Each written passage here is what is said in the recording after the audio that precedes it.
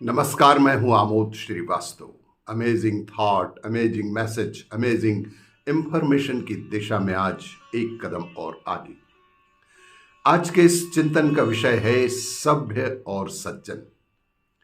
आपको ये मेरा वीडियो अच्छा लगे तो लाइक करें, शेयर करें और लाल बटन दबाकर सब्सक्राइब अवश्य करें। साथ ही बेल आइकन दबाना बिल्कुल ना भूलें। आज के इस चिंतन का विषय है सभ्य और सज्जन। हम भी सभ्य और सज्जन बने। एक सज्जन, शालीन, संभ्रांत, सुसंस्कृत नागरिक का स्वरूप क्या होना चाहिए? उसके गुण, कर्म, स्वभाव में किन शालीनताओं का समावेश होना चाहिए?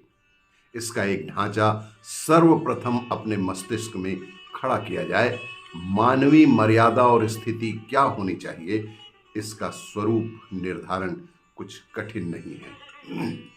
दिनचर्या की दृष्टि से सुव्यवस्थित, श्रम की दृष्टि से स्फूर्तिवान, मानसिक दृष्टि से सक्षम, व्यवहार की दृष्टि से कुशल, चिंतन की दृष्टि से दूरदर्शी, विवेकवान, आत्मानुशासन की दृष्टि से प्रखर, व्यक्तित्व की दृष्टि से आत्मावलंबी और आत्मसम्मानी, हर श्रेष्ठ मनुष्य में ये विशेषताएं होनी ही चाहिए। चरित्र की दृष्टि से उदार और स्वभाव की दृष्टि से मृदुल, हंसते हंसाते रहने वाला होना चाहिए। सादगी और सज्जनता मिले जुले तत्व हैं। आंतरिक विभूतियों और बाह्य साधन संपत्तियों का सुव्यवस्थित सदुपयोग कर सकने वालों को हम सुसंस्कृत कह सकते हैं। अपने कर्तव्यों और उत्तरदायित्वों को समझने वाले और उनके पालन को प्रतिष्ठा का प्रश्न बनाकर चलने वाले को हम सभ्य कह सकते हैं।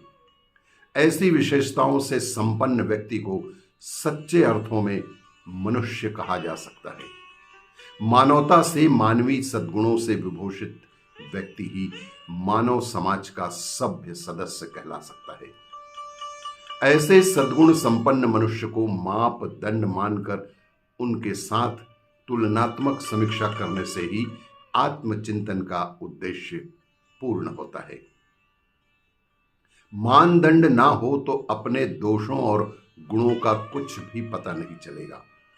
दुष्टों से अपनी तुलना की जाए तो जो कुछ हम हैं वह भी आत्मिक श्रेष्ठता की अनुभूति होगी, और यदि अत्यधिक उच्च स्थिति के महामानवों से तुलना की जाए तो सामान्य स्थिति रहते हुए भी अपनी स्थिति असंतोषजनक और गई गुजरी प्रतीत हो सकती है।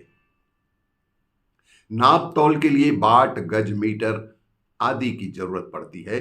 तुलनात्मक आधार अपनाने पर ही समीक्षा संभव होती है, अन्यथा वस्तु स्थिति का निरूपण संभव ही ना हो सकेगा। शरीर का तापमान कितना रहना चाहिए, यह विदित रहने पर ही बुखार चढ़ने का, शीत के दबाने की बात जानी जा सकती है। मध्यवर्ती रक्तचाप का ज्ञान न रहने पर ही नापने वाला यह बता सकता है कि ब्लड प्रेशर घटा हुआ है या कि बढ़ा हुआ है। इसी प्रकार एक सज्जनता एवं मानवतावादी मनुष्य का जीवन स्तर निर्धारित करने और उसके साथ अपने को तौलने में ही अपनी हेय, माध्यम एवं उत्तम स्थिति का विवेचन, विश्लेषण, निर्धारण संभव हो सकेगा। हम जिन दुष्ट प्रवृत्तियों के लिए दूसरों की निंदा करते हैं, उनमें से कोई अपने स्वभाव में सम्मिलित तो नहीं है। जिनके लिए हम दूसरों से घृणा करते हैं, वैसी दुष्प्रवृत्तियां अपने में तो नहीं है। जैसा व्यवहार हम दूसरों से अपने लिए नहीं चाहते, वैसा व्यवहार हम दूसरों के साथ तो नहीं करते। जैसे उपदेश हम आए दिन दूसरों को दिया करते हैं, वैसे आचरण अपने हैं या नहीं। जैसी हम प्रतिष्ठा एवं प्रशंसा चाहते हैं, वैसी विशेषताएं अपने में हैं या कि नहीं है।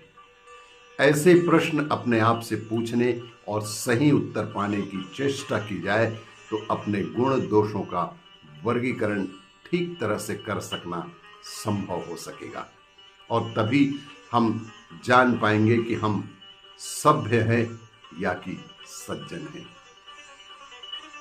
आपको ये मेरा वीडियो अच्छा लगे तो लाइक करें, शेयर करें और सब्सक्राइब अवश्य करें। धन्यवाद।